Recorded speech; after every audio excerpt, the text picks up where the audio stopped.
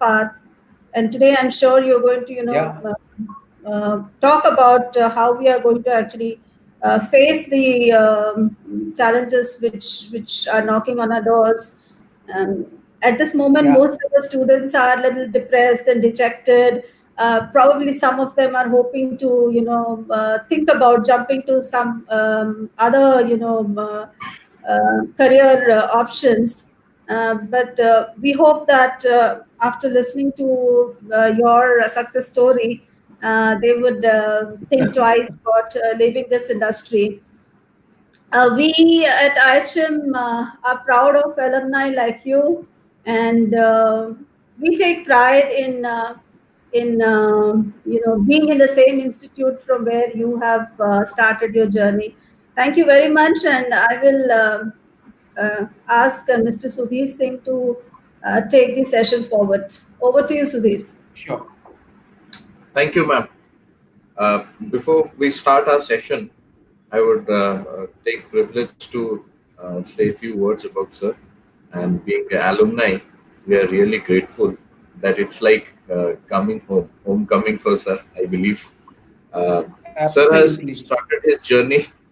Sir has started his journey in the year 1989 after passing out from IHM Bhubaneswar. Sir joined Taj, Calcutta. Now it's Kolkata, and sir was there and I'm very proud to say sir belongs to F&B background. And further, sir has worked in various places, Taj Mahal Palace, and sir was with Taj for many years. And sir was also taking care of restaurants, banquets, F&B, mostly all the F&B key areas. And further, has grown in this industry in various F&B position, and then joined as an assistant director F&B in the hotel Hyatt Regency, New Delhi. And immediately after spending some time, sir moved to Taj Mahal Palace again, Palace and Towers, as assistant food and beverage manager. Then sir was also there for food and beverage manager for Taj Samudra.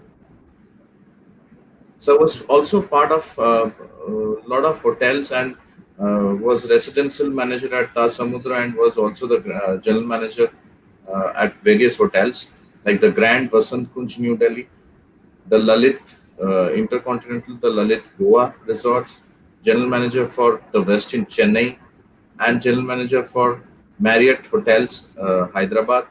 And right now, sir is working as a general manager in Grand Hyatt Kochi. And being a F&B guy, I always feel proud and to say this is not it. Sir has achieved many things in his life. Sir has also part of a lot of pre-opening hotels. And I have heard, sir, you are a very good marathon runner and do participate in a lot of marathons and keep yourself fit and energetic as we can see you on the screen. Today's topic is also a very challenging topic. I think to handle this kind of challenging topic, we need to be physically and mentally very, very strong. So over to you, sir. So our topic is recent trends in food and beverage service and what will be the challenges ahead due to COVID-19. Okay. Great. So good evening to everyone. I can only see Sharda ma'am and yourself on the screen, and I can see a few initials, but I believe that I am talking to the third year students, right? So we have third year, second year, and first year students also. The first pass out this year pass out on second year and third year students. Excellent. But they all are live on great. YouTube. So I can't see them, but they can see me. Is that right? Yes, sir. They can see you, and after the session, they will be putting their question in the comment box, and I'll be telling what each question. Okay, sure. Great. So first and foremost, I would like to say that I wish I was actually at the institute and not doing this video call with you all. It is an absolute pleasure to have passed out of IHM Bhubaneswar. most of you, or I would say none of you, were really born when I passed out. This was 31 years back in the year 1989. And whatever success I've achieved today in my career, I owe it all to the 3 years that I spent studying hotel management at Bhubaneswar. Okay, it was a fantastic journey. We, of course, it was then a much smaller setup than what it is today. Today, the IHM Bhubaneswar has grown by leaps and bounds compared to what it was when I was studying, and it makes me very proud to be an alumni of IHM Bhubaneswar. And I'm sure each one of you, from every single from first year, second year, and third year, would be very very proud alumni going forward. Okay, I would uh, Sir has already told you a little bit about my journey. So predominantly, I have worked in food and beverage before taking on larger hotel responsibilities, which included role of a resident manager at a hotel, which would mean support to the general manager, and then eventually I went on to become a general manager. Okay, Sharda ma'am was saying about the fact that I have uh, you know continued my journey in the hotels and not left it midway. Two reasons. One, I consider it my good fortune that I get paid for something that I love to do. Okay, many a times people find that the job's very boring. I must say that our industry is very very exciting. Okay, and there is so much of excitement in all that we do at the hotel, and the best part is you get paid for doing something like that. Okay, so that is something which so you're not really holed up in front of a computer if you're working in a call center. I've heard about many IHM students joining call centers, and they just sit for 9, 10, 11 hours in front of a laptop, in front of a computer, and do their jobs. So a hotelier's job is a lot more operations driven. Okay, we are on the floor a lot. We are interacting with a lot of people from all over the world. We are interacting with very renowned personalities, celebrities. All of this makes the job very, very demanding, of course, but exciting at the same time. Uh, so that's something which I would really urge you all to consider. Going forward, you will have a job which is exciting, and you get paid for all the exciting things that you do. Okay, that's one. Uh, Now about the COVID, I do understand that many of you would be extremely apprehensive and tentative about what is going to happen to our industry going forward. I can tell you that our industry is 100% affected. We are one of the first industries to be affected. Travel, tourism, airlines, and we are a part of all of that, hospitality. Okay, and going forward, the immediate future looks. Can you all hear me? Yes, sir, you're audible, sir. Yeah. Audible, sir. So the immediate future looks a little gloomy for sure. Because there is a fear psychosis amongst people whether they can fly. People don't want to take a flight unless it's very very necessary. Okay, so the airline industry complements the hotel industry in a large way. Okay, so people who would normally travel from the US, for example, into India, they would maybe have to take 3 or 4 flights to reach a destination like Cochin, or 5 flights to reach a destination like Bhubaneswar. Okay, and 4 flights means 4 different airports. So you are interacting with so many people at the airport. You are waiting in the lounges. You are waiting to board your flight, and then inside the flight you have at least 180, 200 people. The same air is being circulated and recirculated. So till a vaccine is found and till things become normal, we foresee a tough time for the industry. However, what I want to really stress upon is that it's not the end. Okay, there is light at the end of the tunnel, and going forward, things will look up, and the entire industry is going to bounce back. Uh, so this is just an initial just a setback of sorts for our industry. And let me tell you, please remember, we are not in this alone. every single industry in the world. We may be the first ones to get affected, but we definitely are not the only ones to get affected. Every single industry in the world has been affected. If you look at, if you look at sports, this was the first year that the Wimbledon event did not take place. Okay, in the history of that particular tournament. So every industry has been affected in a very big way. Okay, it's not only the food and beverage or the hotel industry, IT industry, every single industry has been affected. Okay, even hospitals are not doing great occupancies at this point of time. I was talking to a doctor a couple of days back, and I thought that in these times, hospitals would be doing very well. But I was very surprised when he told me that no, hospitals are also not doing too well, because people normally would come to doctors or come to hospitals when they had a small injury. Now they're not even comfortable going to hospitals, and plus the fact that people's salaries have been slashed. Some people are not getting full month salary. Some people are not getting any salary. Some people have been rendered jobless. So that is, of course, going to take some time to recover. But I can assure you all that the industry is going to bounce back. And it's a matter of time, maybe about a year to 18 months or so, for things to get back to pre-COVID levels. Okay, but once they do, things should hopefully look quite rosy uh, by 2022. Okay, it's very unfortunate that this pandemic occurred, but I mean, really nobody has any control on that. Okay, so I'm going to talk about the food trends. Okay, and what food and beverage offers in today's day and age, and going forward, what can one expect? Okay, so is that's the topic given, right, sir?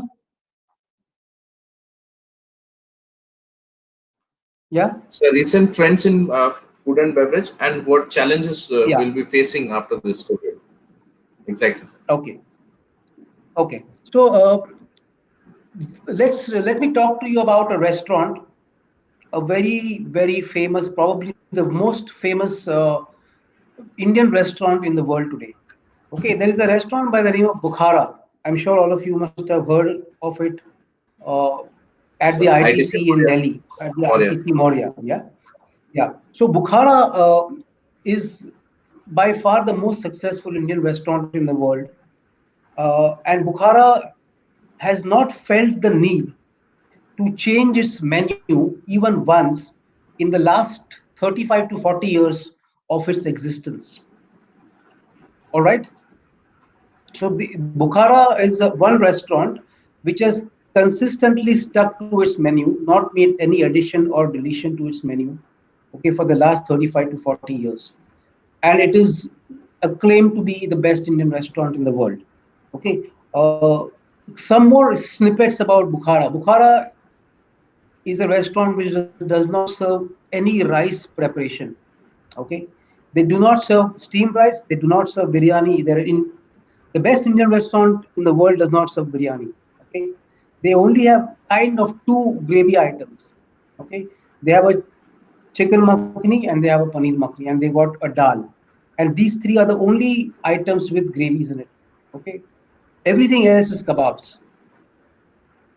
Okay, a very successful restaurant, and as I said, 35 40 years they've not changed the menu at all, and still people have not got menu fatigue by visiting that restaurant. So there are people who've been visiting that restaurant ever since that restaurant was institutionalized, ever since it came into existence, and nobody felt the need that abhi bore ho gaya, let's we need a new menu. So that is one restaurant on one hand, okay, which is the most famous Indian restaurant in the world. Okay, and then there are trends that evolve. So the Bukhara success story tells us one thing, that if the food is good and if the food is consistent, you have a success story on your cards. Let me give you a little more some interesting observations or trivia about Bukhara. If you have seen, I'm sure most of you would have seen the restaurant on the internet, if not in person, or maybe some of you may have worked there. they have chairs without a backrest. Okay, you can see the backrest. You can't really lean back. So they got something like a stool. That it's like a wooden log with a cushion on top, but there is no backrest. Okay, so the idea is that people should not get too relaxed and they end up spending more time in the restaurant or on the table. Okay, so the idea is once you kind of you just concentrate on your food, and after that you want to get up because you're not very comfortable, especially because you are sitting on a stool. Maybe somebody else could be sitting on a sofa. It's not every single chair is not a stool. There are sofas as well. Okay, but that's how the restaurant has been designed. But that's the success story of Bukhara, where there was a chef, the legendary chef Qureshi, who passed on, who made this fantastic menu, very limited menu. It's not a very big and elaborate menu. And we've had celebrities like Barack Obama and Bill Clinton, George Bush, etc., having dined there when they've come to India. So that is one success story. So most important thing is that the food and of course service complemented with the service, but the most important reason or the most important objective when people come into a restaurant is to have good food. Okay, and of course the experience is what the service staff give, but the first and foremost is the food.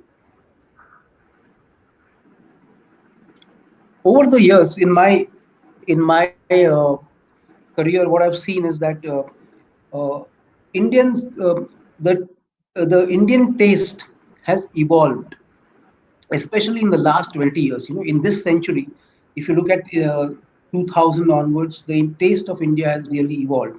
The late 90s saw the advent of McDonald's, for example. Okay, McDonald's was launched, I think, in 98, 99 or thereabouts in India. And many of you would be surprised to know that in a city like Bombay and Delhi, when McDonald's was launched, there was a 1 hour queue to get in to McDonald's. Okay, that's the kind of success story that. So we were basically very enamored by these American fast food brands, and when these brands set sure to come to India, and when they actually established themselves in India, people were very, very curious to try it out. Okay, McDonald's always were proud about the fact that they were a family restaurant. That's been the concept for them worldwide.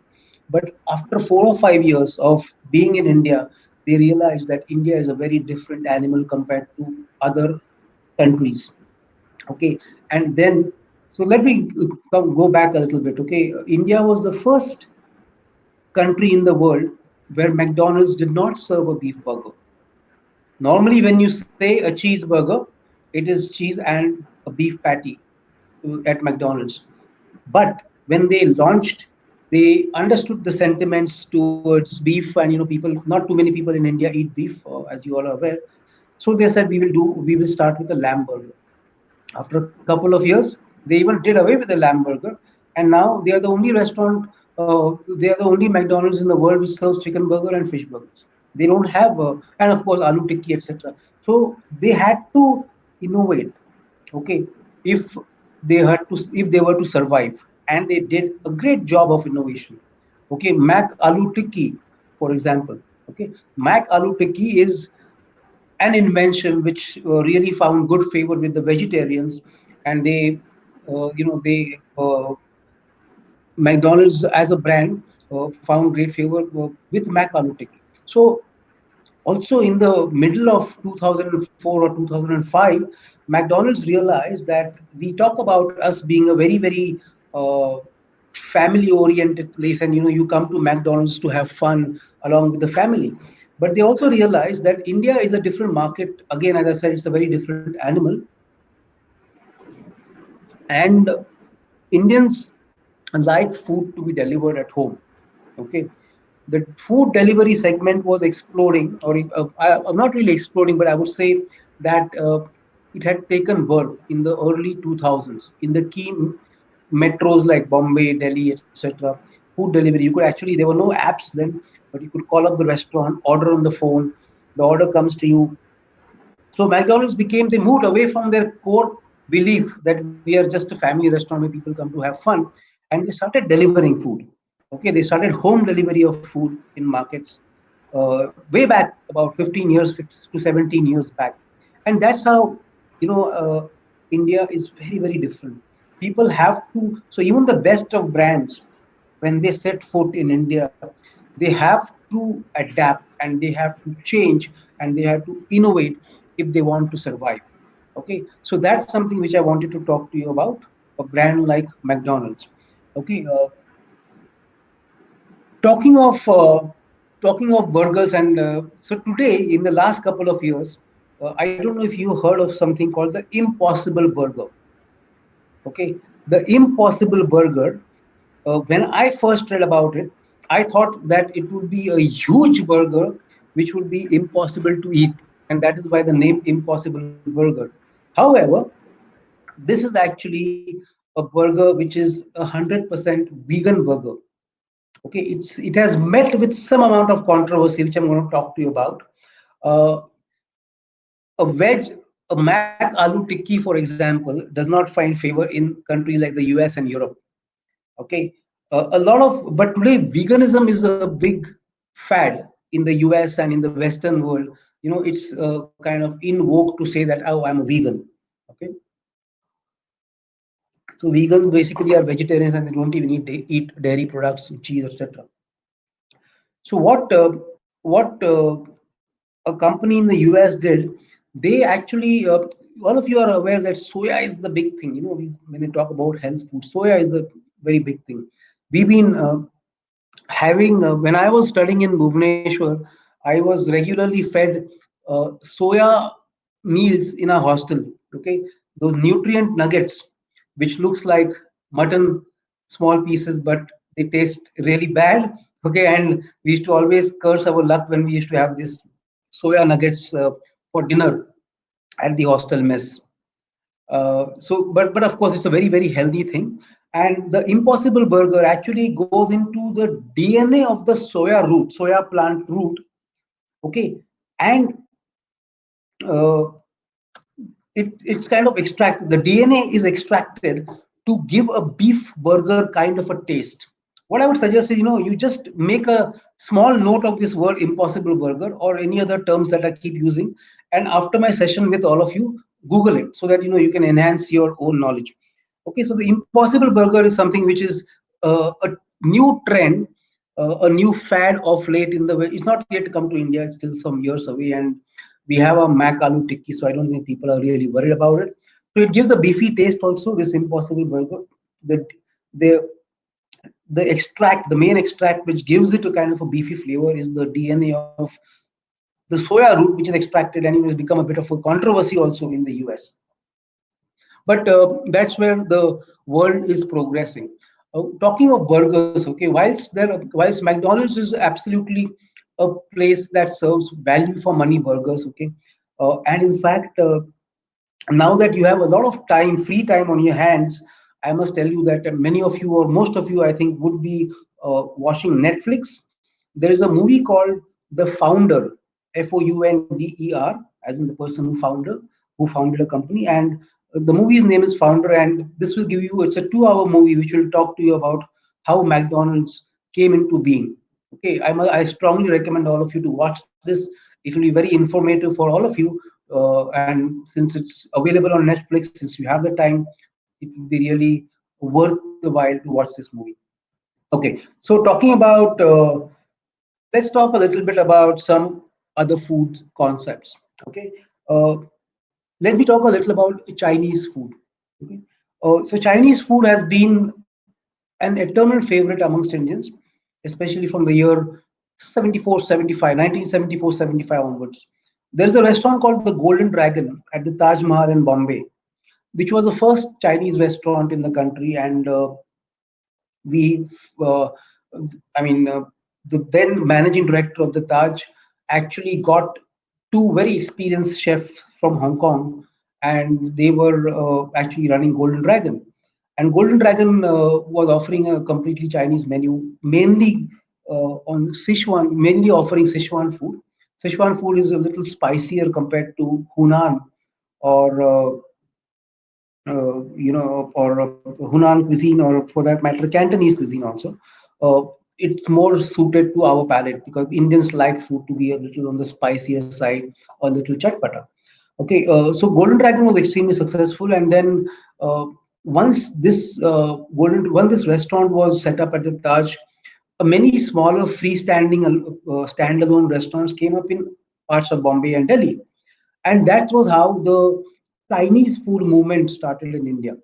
Okay, and Chinese food is all about the way the food is cooked. It's all of you must be aware it's cooked on high pressure, wok, where the wok is heated and then it's just kind of stir fried, etc., etc. But it's very very tasty, especially for our palate. Okay, and Chinese food then began to find its way across India. Okay, so even the smallest of cities and villages today would have a Chinese restaurant. Correct me if I'm wrong. And then as Chinese food evolved, okay, as the fame of Sichuan food evolved, people were ready to even try out other regions of China. Okay, then came the Grand Hyatt in Bombay in the year 2007 or 8 with a restaurant called the China House. Now, you must definitely Google this restaurant, China House, and see for yourself the interiors of that place. Extremely well done interiors. Okay, and they serve food not only from Sichuan but also from Yunnan and Canton region of China, and they have a Peking duck station. Okay, so the Peking duck is a very rare kind of a Chinese delicacy, not easily available in India.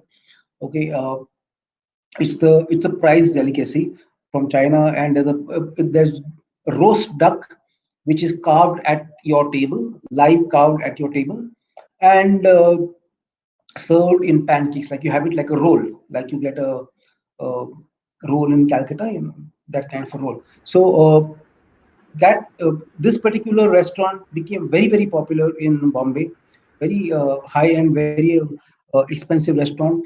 The Hyatt spent a lot of money on that restaurant decor. There were 6 or 7 Chinese chefs, so when we get chefs from other parts of the world, they come on a very fat salary. So it was expensive to run, but there was a dim sum chef, there was a Peking duck chef, there was a chef who was just doing something with fish. So that became a trendsetter. And now there is a China kitchen in Delhi, in the Hyatt Regency in Delhi, which also does extremely well and is a very, very popular restaurant in Delhi. Similar concept, live cooking. So basically you can see a lot of your dim sum being steamed in front of you. Okay, so that's another trend that is kind of evolved over the last 15, 20 years, is that the kitchen moved into the restaurant from being inside. Okay, so 20 years back, the kitchen was something like a back of the house because it needs to be hidden from the guests. Okay, and now, not really recently, but over the last 15 to 17 years, a lot many restaurants have got the kitchen where you can actually see your food being made. Okay, and that's become a very very common thing now. Most of you would have done your industrial training, and you must have worked in these restaurants which have got a proper kitchen within the restaurant, so all the guests can actually see what's being cooked. And so you need to be at your best behavior all the time. You can't, in the when I was in food and beverage, there was a lot of gali galoch happening in the back, in the kitchen, because nobody could hear, the guests could not hear what was going on. So, "Hey, jaldi la order," those things used to happen. But now it's a completely different ball game. Okay, even the kitchen staff do not have the license to abuse. Okay, the kitchen staff do not have a license to shout, because of this, because they are also in front of the guests. In the earlier days, they were always confined to the back of the house, and the kitchen was completely hidden. So that's something uh, which is worth noting. Okay, so we've discussed about Chinese food. I will dwell a little bit on Japanese food. Okay, uh, for the last 12 to 14 years, Japanese food has found a lot of acceptance in India. Okay, it's becoming very popular, and let me tell you, Japanese food is a lot more than just sushi, roll, and sashimis. Okay, it's a very very uh, delicate kind of a cuisine. Okay, the Japanese are extremely passionate about the way they cook, and they are very meticulous. Okay, when I say meticulous means, there is a fish preparation, just to give you an example. Okay, which is a very very prized and expensive preparation, and the genius of that particular fish preparation is in the way the fish is cut. If the fish is if the fish is not cut properly, it's a poisonous fish. Okay? So the chef who's cutting the fish has to be extremely skilled with his knife. Okay, because he's got the lives of so many people in hand. Okay, so the cut is such that he should be cutting it so finely that he knows which part is poisonous, which is not, and he has to make sure that the poisonous part is not tampered with in any way, and that fish is the delicacy. So this was just a small example of how meticulous things are in Japan. Probably in India we would never even uh, attempt or dream to get into this kind of a fish at all. But that's how they are. So Japanese food, way back in 2005 or 2004, the Taj Mahal Hotel in Mumbai came up with a restaurant, a Japanese restaurant. It's called Wasabi. Okay? It still is very very popular. It's now 15 years old, but it's called Wasabi, and that restaurant took Bombay by storm. Okay, the Taj Group tied up with a chef, a Japanese chef called Morimoto. Okay, he's a very internationally renowned chef. He's got Morimoto restaurants all over the globe, including in the US and some Japan and Australia, etc. So it was called Wasabi by Morimoto, and this restaurant really took Bombay by storm. And that was the advent of fine dining Japanese in India.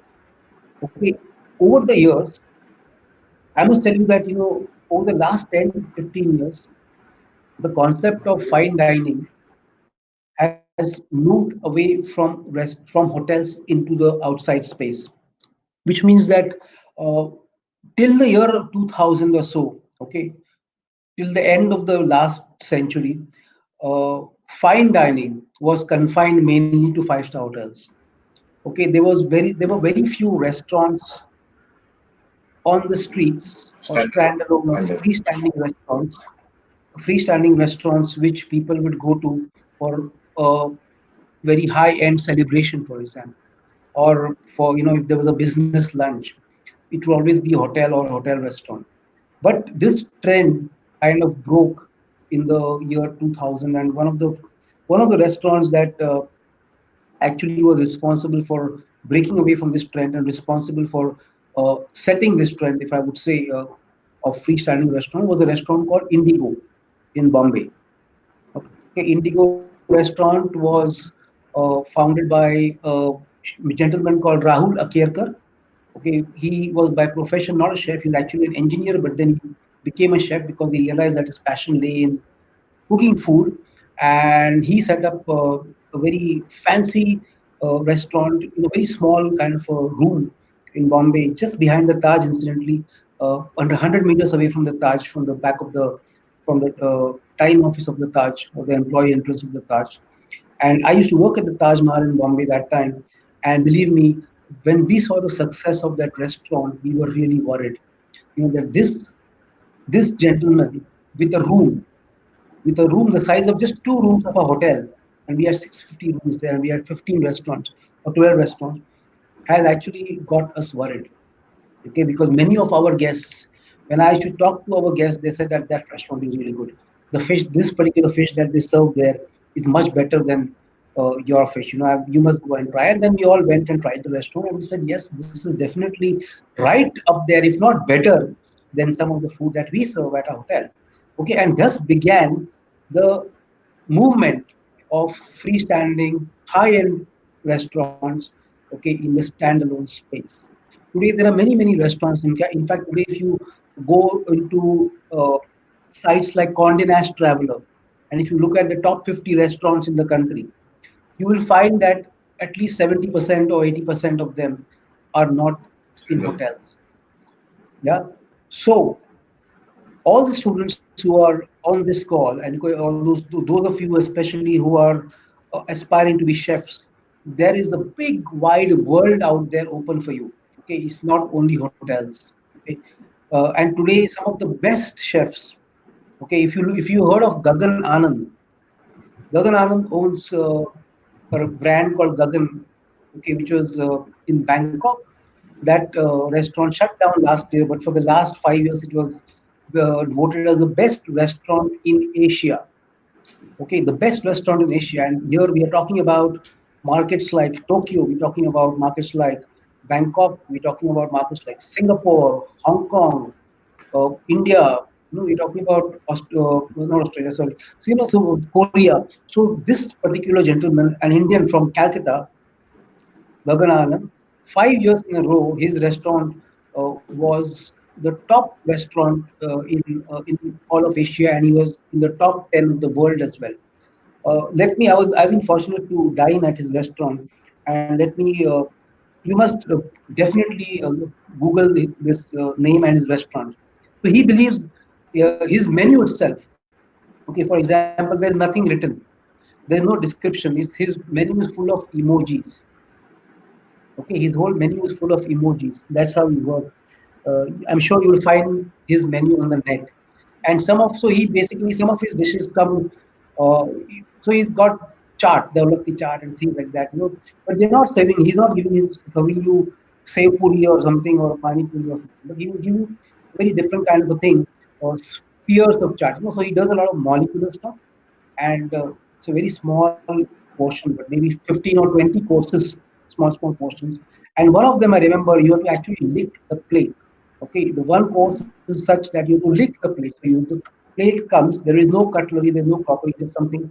It's like imagine a painter coming and just putting something like this on a plate and gives it to you, and you actually lick the plate.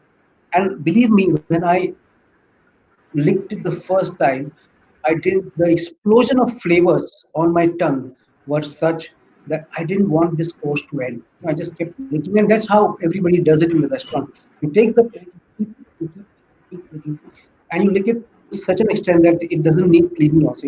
It's back to kind of, So Gagan Anand shot to fame on his own steam, okay, and being an Indian, perhaps he did not find proper recognition in India in the hotels that he worked in. When he went to Bangkok, before he opened his own restaurant, he was working at a hotel called the Lebu Hotel in Bangkok. And then he got to kind of open his own restaurant. He started by being the executive chef there. After that, he started buying equity in his own restaurant, and then went on to become a very, very world famous chef. Then last year he got into some problems with his partners who were not cooks. I mean, basically, he and his team of cooks were the ones who were actually, for all practical purposes, running the restaurant. But the people who had invested in the restaurant, they had some differences. Gagan Anand, being a chef and probably a little, a heady chef at that, decided that I will now pull out of this partnership with these people, and he pulled out of that venture. And now, so it was so bad for him that the name of the restaurant is Gagan. It's named after him. And once he broke up, he could not come up with a restaurant called Gagan, his own name, because they had rights. The owners, or the large majority of the owners, they had rights to that restaurant.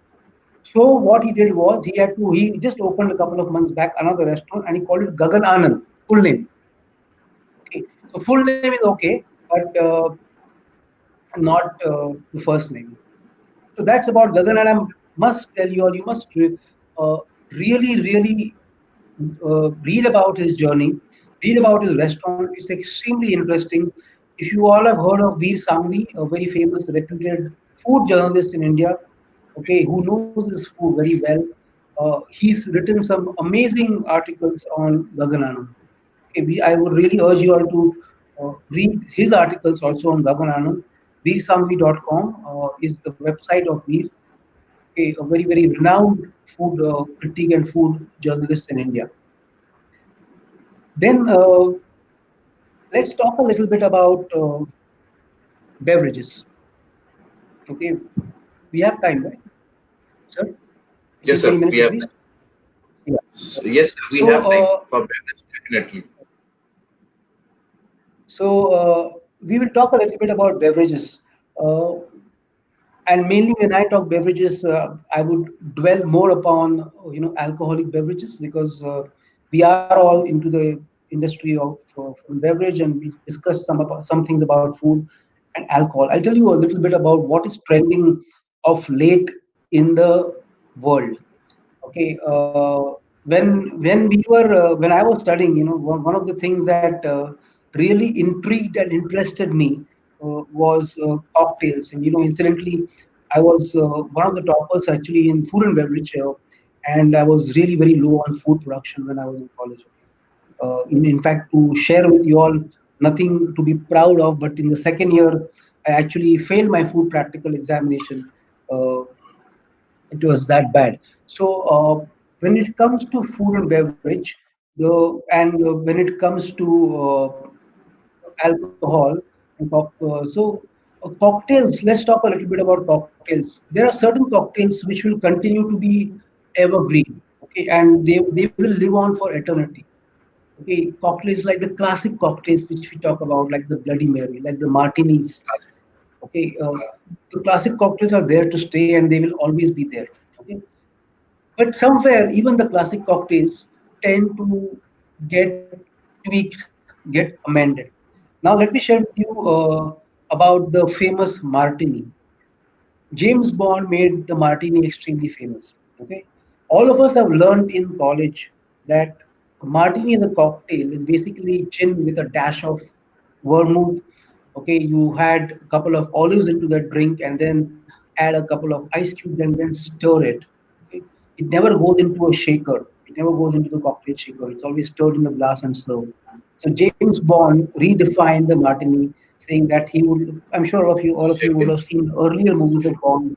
Said, I would like it shaken. So James Bond was the only person in the world who used to have his martinis shaken. Okay, and then because he was James Bond, it became like a trend, and many people wanted it shaken, whatever. Now, a couple of movies back, I think it was Casino Royale, uh, where he actually drank beer.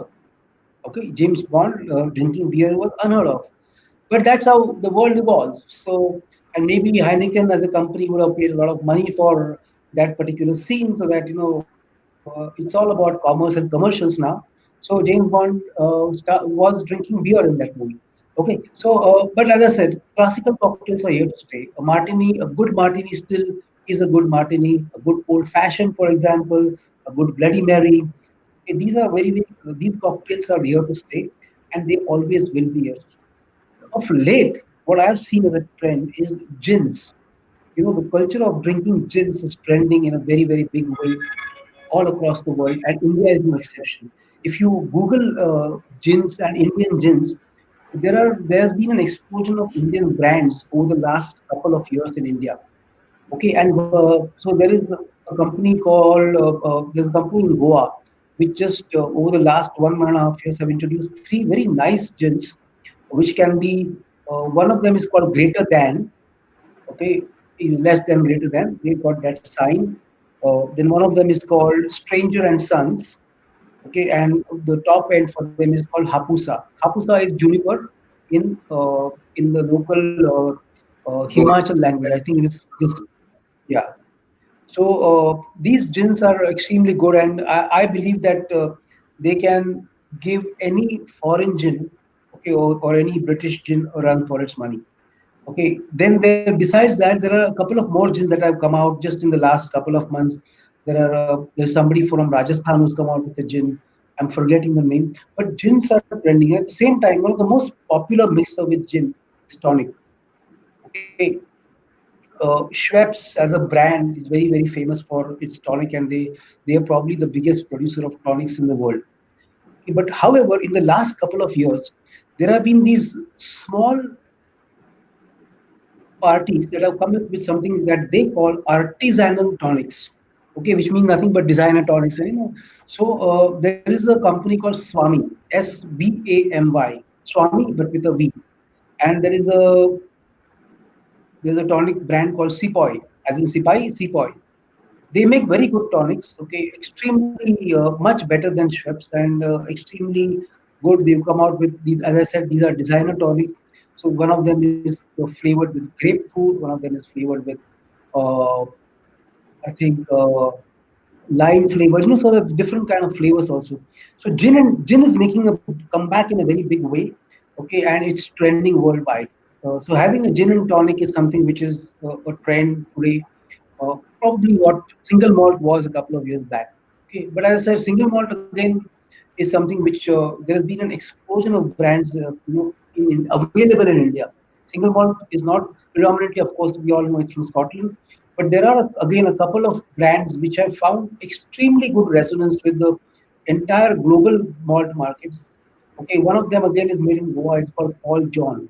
Okay, if you have heard of it, and there is one brand called Amrut, which has been recognized internationally. Amrut. So these two single malts have actually put India on the world map also. Okay, so which is something to be very proud of. Okay, uh, let's talk a little bit about wines. Okay, whilst wines predominantly grown, the grapes that are most favorable for wine production are predominantly grown in the Nasik region of India. And although India is still a long way to go when it comes to rubbing shoulders with some of the countries like France or Italy or New Zealand or the US, I would say that we, in our own way, we have made good strides. Okay, some wines, I'm not saying all wines, most of the wines available to us today, it's exorbitantly priced, because if you go to Europe for 3 or 4 euros, you get a wine which is much better than most wines available in our country. But if you look at some of the wines, like for example, Sula has a wine called the Dindori. Dindori is a small village near Nasik where this particular grape grows. It's called the Dindori Shiraz, and extremely good wine. I've had some people from France who had come over, and when I uh, kind of encouraged them to taste this wine and identify where it could be from, they probably thought it was their country. Okay, so it was that good. And then when I said that this is Indian grown wine, then they were quite astonished. So there are a few, not too many, but a few wines which are internationally kind of being accepted in India, and it's a growing market again. There have been a lot of players over the last 15, 20 years in India. If you look at companies like Suda, for example, then there is a company called Fratelli, which is recently Growers. started making, not very recently, it's, yeah, growers, yeah. So there are these wines which have found good amount of acceptance in India, and again the wine industry is again set to grow in India. Okay, because socially also I see a lot of people drinking wine. Okay, 20 years back, 25 years back, nobody would drink wine. Okay, it wasn't easily available also. Okay, it was only available at hotels at exorbitant prices. Okay, but today it's not so expensive. It's available freely at liquor stores in the country, and wine drinking is kind of considered fashionable. Hep. People like to be seen with a glass of red wine. It just feels people feel that they've got class when they drink wine. So wine is also kind of coming here is here to stay. Then we talk a little bit about non-alcoholic beverages. Okay, when it comes to non-alcoholic beverages, if the one thing that comes to my mind immediately is the way turmeric latte is trending worldwide. Okay, turmeric latte. My grandmother, used to offer it to me when I used to have a bad throat. So it was basically hot milk with turmeric stirred nicely, and the whole thing is like I used to hate having it because I didn't like the taste of turmeric going down my throat. But today, turmeric latte is supposed to be very healthy, and just like we as in India gave yoga to the world, we also given turmeric latte to the world. So turmeric latte is trending in many Starbucks stores and other places across the world, and it's supposed to be fighting. It's supposed to be building up immunity and fighting germs, etc. So many people are kind of taking to it in a very, very big way. But when it comes to other non-alcoholic beverages, the trend I've seen is people still like to have fresh juices. Okay, And what's important is that fresh, not only fresh fruit juices, but a lot of fresh vegetable juices are found favor in India as well. Okay, so we have something called the ABC. I don't know if you guys have heard of it, but that's our apple, beetroot, carrot. Okay, so ABC juice. So basically, it's all fresh apple, fresh beetroot, fresh carrot, blended together. Okay, and maybe throw in a bit of ginger in it, and make that a very nice and Amla. tasty drink. Sorry. Sir, amla, sir, gooseberries. Yeah, another Gooseberries drink that's are finding much better. favor. Yeah, yeah. 1 second. Yeah. So gooseberry is another drink that's finding flavor. So these kind of Indian berries have suddenly found global acceptance. Okay, uh, earlier probably they were looked down upon in a way, but now they have found acceptance. They were not only found acceptance, but I would say that they have even found favor. Okay, where it's considered to be trendy to be having a turmeric latte. Okay, it's considered to be trendy to do yoga. It's considered trendy to you know. Have a tonic in. So coming back to tonic, one of the reasons why gin and tonic became popular way back when the British were ruling us is India was always a place where you would get malaria, especially these foreigners used to get malaria when they used to come to India. And quinine, quinine is an anti-malarial, so they had to take quinine in some form before coming to India. And quinine, so this tonic water contains quinine, so they used to mix it with gin, and that's how actually they discovered gin and tonic, and they realized that this is such a great combination. Okay, so instead of taking the injection, they should take a gin and tonic, and they should get their quota of quinine into their system. And that's how gin and tonic came into being. And so India has a large role to play in the success of gin and tonic as a drink, as it were. So I think you tell me if I've covered what you think you wanted me to, or if I can talk a little more if you like. Or if you think we can take questions now, I'm open to taking questions also. So we have already received a lot of questions, and Okay, fine. So we'll start with that. before we start with the questions, sir, one question from my side. Sir, Sure. people say that FNB people, most of the FNB people are the general managers. What do you think? What do you comment on this? Why FNB people are preferred? Okay, so I would not say I would not agree with you completely. Okay, we have in this what you said probably was correct 25, 30 years back. But as I've grown in the industry, I've seen people from sales and marketing background become GMs. I've seen people who are chefs who have become GMs. Okay, I've seen people from human resources become GMs. I've seen people from front office, of course, front office and for food and beverage were favored, but it's not the same. So, so what I would say is that if you want to become a GM, you need not be only from food and beverage background. You can begin your career with housekeeping, for example. You could begin your career with food and beverage, with front office, but or any other operational area. So we have had many people, and I'm not talking about just one or two. We've had examples of people, but yes, largely food and beverage and front office people have, if you take the large majority. But to answer you, I would not say it's only them. So the Okay, next so question. Yeah. Thanks. So the next question is from Bhatt sir. If you remember our Bhatt sir from IHM Bhubaneswar. Yes, yes.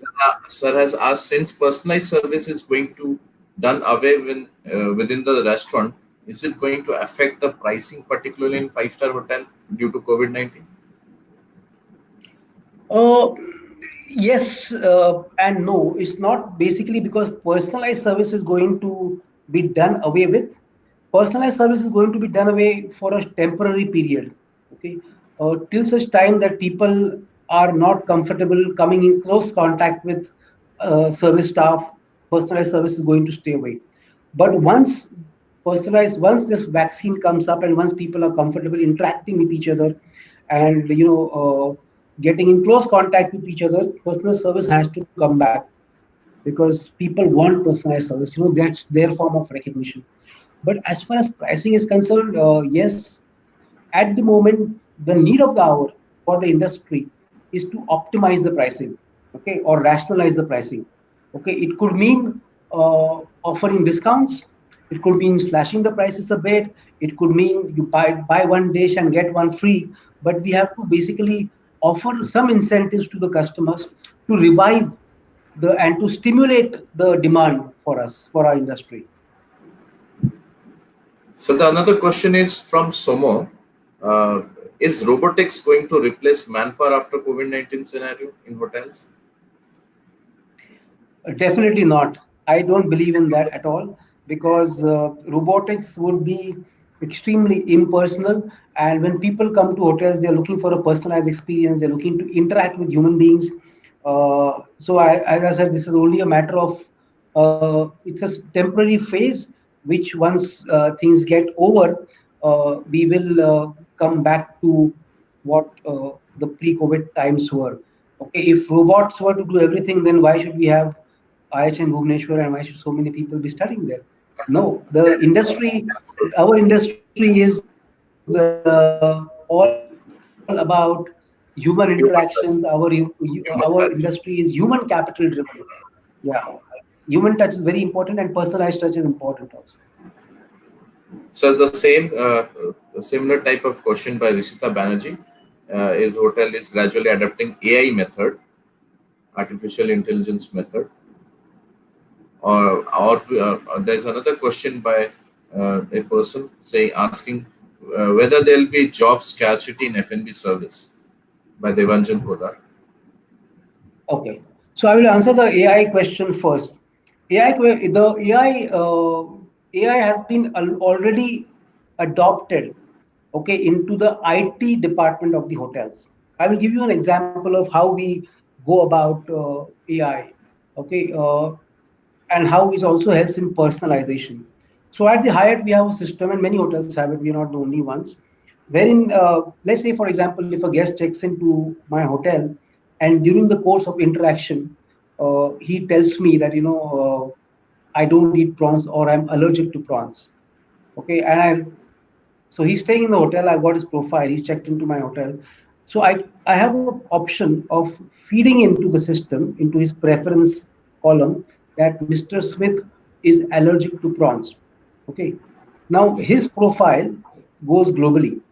So let's say for if he's going to South America, okay, in a city like Sao Paulo in Brazil for the first time of his life, he goes in and he checks in. Uh, we know the hotel there knows that this gentleman is allergic to prawns. And after taking 3 or 4 flights, if the chef or the manager or the waiter takes his order and says, "Sir, we know you don't like prawns or you're allergic to prawns, but I've got some very good chicken for you." Imagine the delight that this guest would know. He said, "I've come to this continent for the first time, and these guys know what." So intelligence is used in effectively to drive personalization, to for speedier check-ins. Okay, so that's where intelligence comes in. That's one question, and the second question was about scarcity of F&B jobs. Yes. uh, in the immediate future, in the immediate term, yes. Okay, why I'm saying this in the immediate term only is because right now we've had several of my colleagues also, okay, who are working in F&B, and not only F&B. Hotels are currently, you must remember that we are doing 3 or 4% occupancy or even less every single day. Okay, most hotels are doing that kind of occupancy. So in my hotel today, I've got only 7 rooms occupied out of 264. Okay, so the need of the hour is to try and sustain people, okay, to try and retain them as much as we can, but eventually somebody has to pay salaries, and even owners of hotels are stressed, hotel companies are stressed. So it's not about F&B job scarcity or housekeeping job scarcity. The entire industry is affected. So it will take a little while for the industry to bounce back, but I'm optimistic that it will bounce back. It's only a matter of the waiting game, maybe a year. Let the COVID get over with, let the vaccine come, and things will bounce back to normal. So the other question is from Subra Patnaik. She wants to know during this COVID situation, are the restaurant and bar is going to reduce their cover? Yes, we have already done that in a hotel. So what we have done is a 100 cover restaurant has been scaled down to a 50 cover restaurant. To a 50 cover restaurant. So what we've done is basically, if where I'm sitting, if the table was just an arm, the other table was an arm's length away from me, we've done it 2.5 arms length away from us. So we've actually lost covers in that, but we've had to do that. And till such time that things get normal, this will be the way going forward. So most restaurants will lose covers. Good, good question and a valid observation. Right. Sir, there is another question from Anamika Datta. She is a current third year student. She also she is writing. There is a blogger who is also a student. As per CNN Travelers, December 2019, the most preferred dishes in India, because Indian cuisine is dal, dosa, and chai globally, even after we have many tasty dishes. So, is it because of its health value, or do foreigners find our dal dosa tastier than other spicy dishes? Okay, so two things. Now, when it comes to when these foreigners come to our hotels, the one thing that they always eat, whether they eat any other meal or not, is breakfast. Okay, and dosa is for them like a Indian pancake, and they are very used to having pancakes in the Western world. So they found something like a dosa, which is like a savory pancake, and they kind of have it with chutney, sambar, etc. They found it to be not too spicy. Okay, it's not spicy. It goes well on their palate too, and the dal becomes like a soup of sorts for them. The sambar, I mean.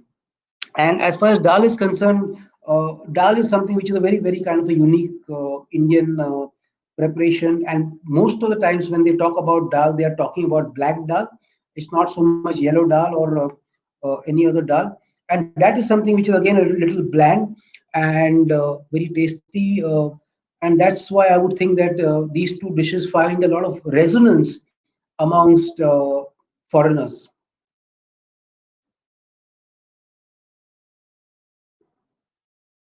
Hi, are we on? Next question is by Pritham Chakravarti. Yeah. So, wine and dine was popular phrase among guests before this pandemic. Now, what will be the challenge from now on to serve the guest as restaurant and bars are getting with social distancing norms?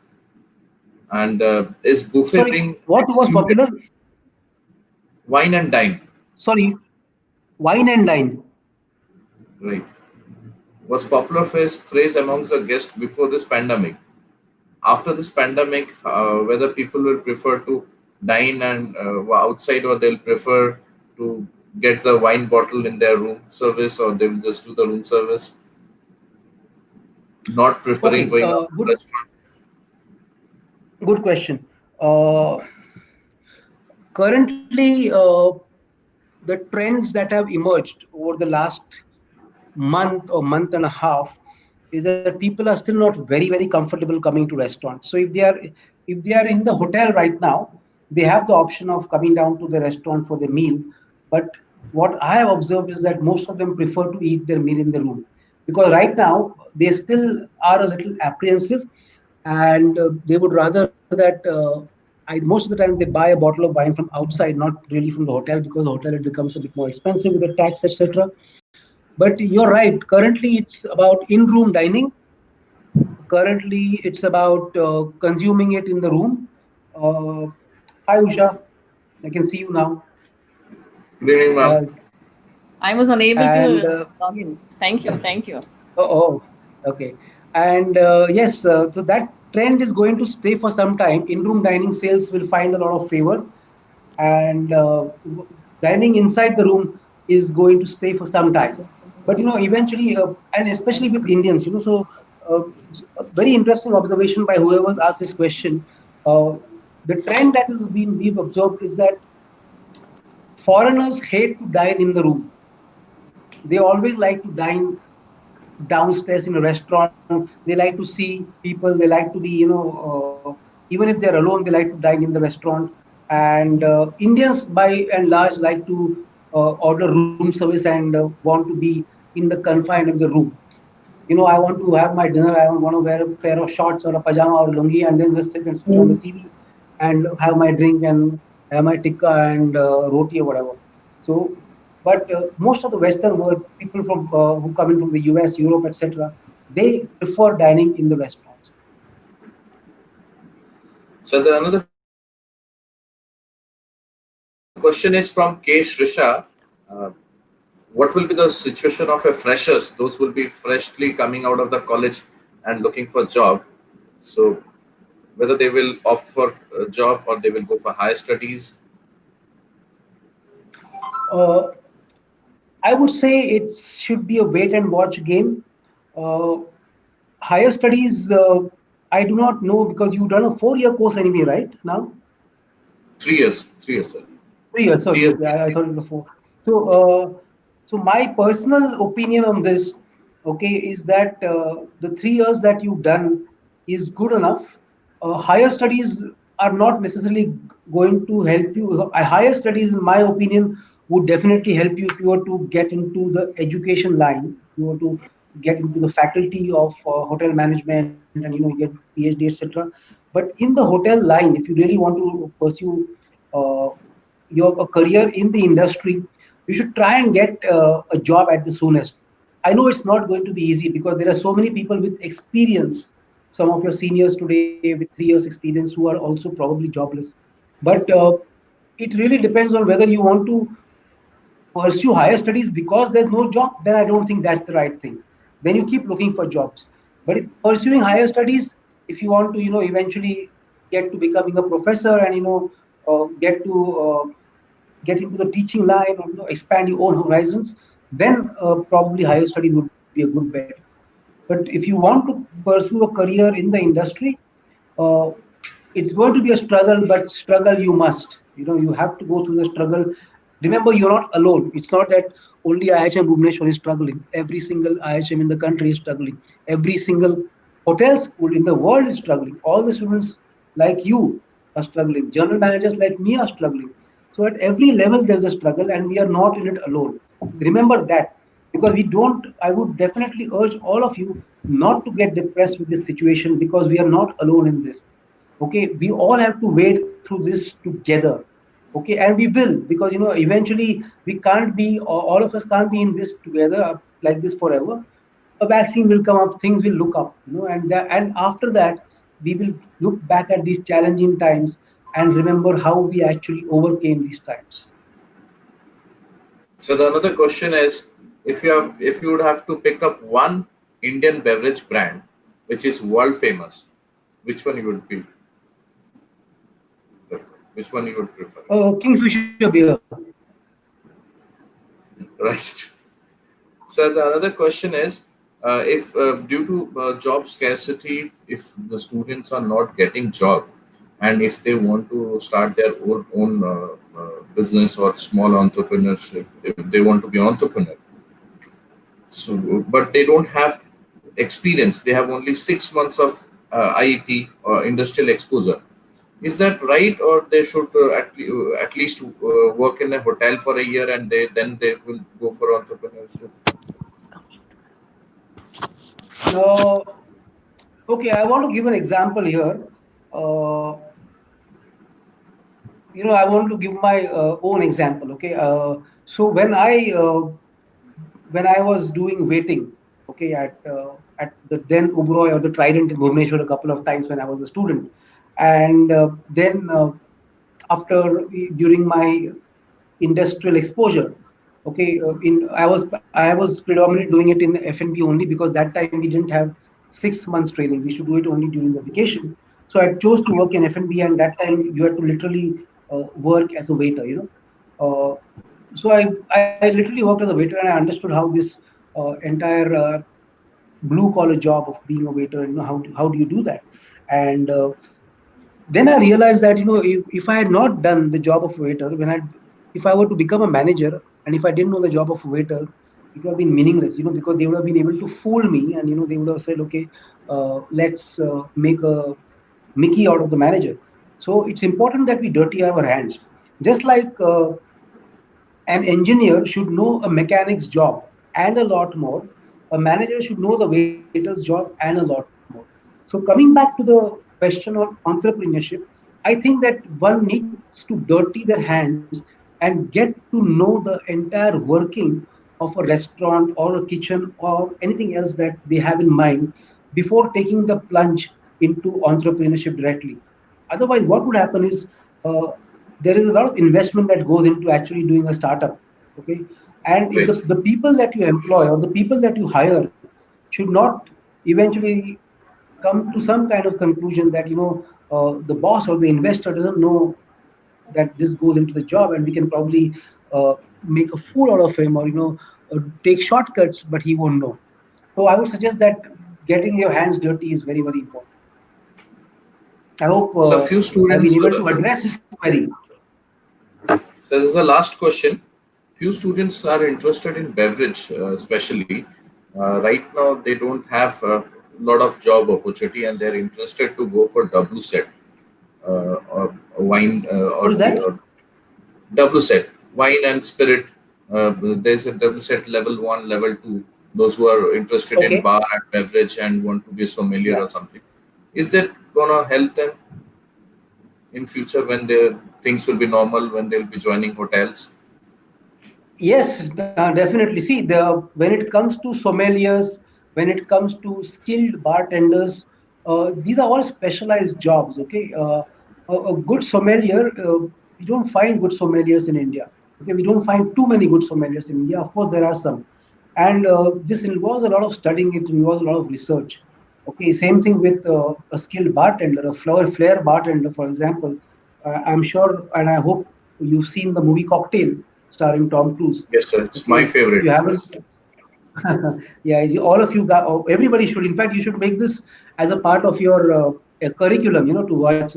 So these jobs are special jobs, and I would say that if somebody has the passion for spirits and beverages, go for it. Qualify yourselves. Arm yourselves with these kind of skills because these skills will make you stand out from the rest.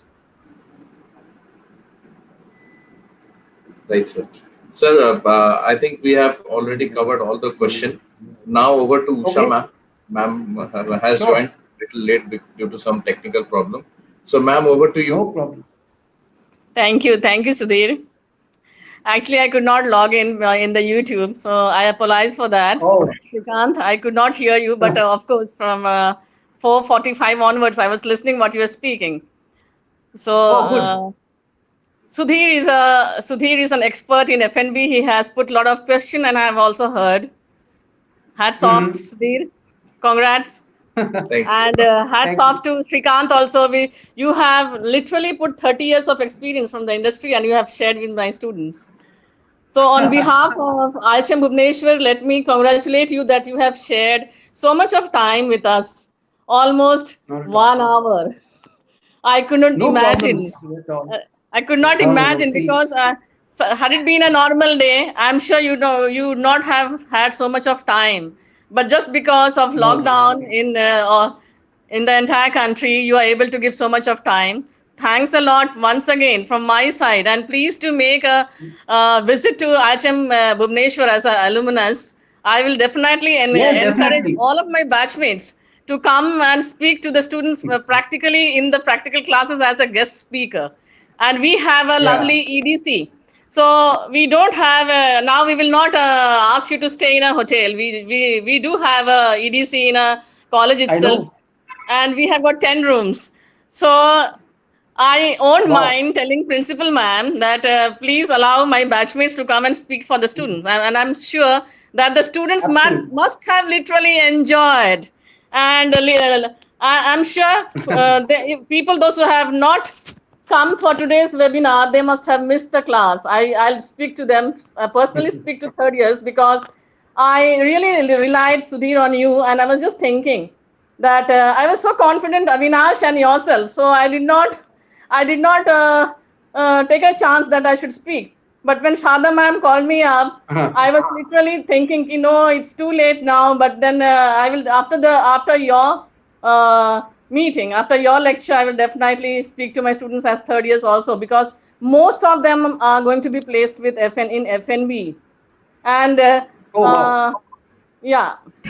So just because of COVID, a lot of campus placement are cancelled, but we will definitely try. And I want you also to contribute on your part by the company, as Grand Hyatt is a Sure. big multinational chain, and I am honored that Yeah. I have a friend like you who is working in such a good position. Shrikant, let me tell you, I'm proud of you that you are in such a good position, and today you have given so much of time. Thank you, Sudhir. I won't take so much Thank of you. time because students Ma'am, must be getting I fed would. up. No, Thank you once ma'am. again. It's really lovely coming and giving such a lovely words. And ma'am, we have streamed in YouTube, so this recording is there. So even some student have missed, they Yeah. can see Thank you. later I on. actually Any tried. I problem? actually tried in YouTube only, and Shada ma'am gave me a link. Thanks. Madam, one thing just I want to add with permission of Madam. I cannot hear you, Abhinash. You are not audible. Yes, please. Yes, please go ahead, Mr. Avinash. What with the I think that because of old staff and the alumni student. I'm 3 alumni student in the panel right now. So alumni are always welcome to. We not welcome because अपने घर पे कोई किसी को welcome नहीं करता है. Sir, it will be honor if you come. Thank you. So it was really a great session, and I personally wants to thank you on behalf of IHM Bhubaneswar and webinar team. And I would also like you to thanks to have a resource person and visionary with us, speaking to students, motivating and inspiring the next generation professional. I also want to thank you, Madam Sharma ma'am, for continuous support and guidance, and Usha ma'am specially for getting in touch with you and making you available. I'm a part of And a I would IHM also like. team. Sudhir, you don't forget, I am a part of a IHM team. Okay, so I'm guiding both of you. Don't worry. And I would also So, like to thank HOD, Mr. Prakash sir. I think sir was there on YouTube live, but couldn't able to join because of some problem. And he was very much interested. And I would also give my thanks to Avinash sir for helping me out with this technical and digital complications. He was the one behind it. And sir, I would also want to tell you that the viewers which are right now watching and those who are filling up our feedback form will be issuing them e-certificate, and the complete details of the feedback will be shared with you, sir. Wow. Great.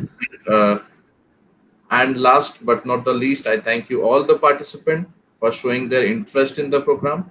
Once again, I would like to say thank you to all my respected professional mentors, friends, my colleagues, students, and alumni of IHM Bhubaneswar. We all IHM family, thank you, sir. And, Welcome. Thank you.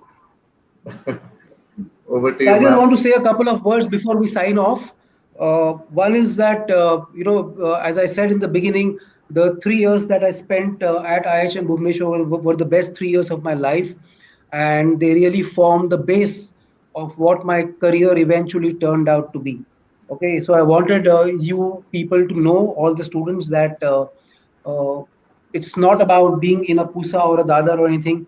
It's about our college is something which is I am extremely proud of to have passed out of that college, and it's a great institute.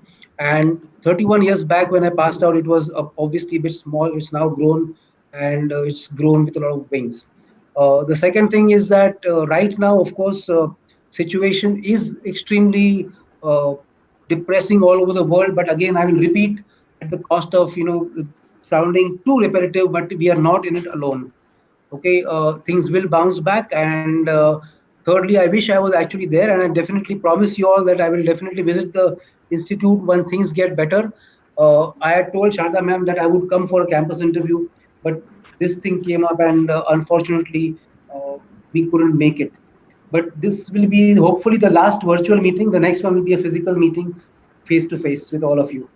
Shada ma'am, let me add something. Srikanth was a brilliant student when he was at the college, and he had an act with FNB, and he did the best. And Thank you. he also got, while working with Taj Bengal, let me tell all the students that he got a best FNB manager by the Express Hotelier, if I'm not mistaken. Srikanth, you can correct me, please, if I'm not true then. I do not know which. Yeah, you're right. Yeah. Is it Express Hotelier magazine? And This was FHRAI. FHRAI. So once let me tell you, like they were the beginners. They were the pre-opening team with Taj Bengal, and he worked with Taj Bengal in FNB team, and he got the award. And that time he has visited. I do remember, but after that he maybe he did not get the opportunity to visit Bhubaneswar again. But we have a request. Please do. Srikanth, please visit. Definitely, Though I know definitely. you are far off I will. in Kerala, but it's not far It's off. not far off. It's only a flight away. Yes, I will come. Okay. Okay. Thank you all. Thank you. Thank you. Bye. Thank you. Have a nice evening, sir. Bye. Thank you.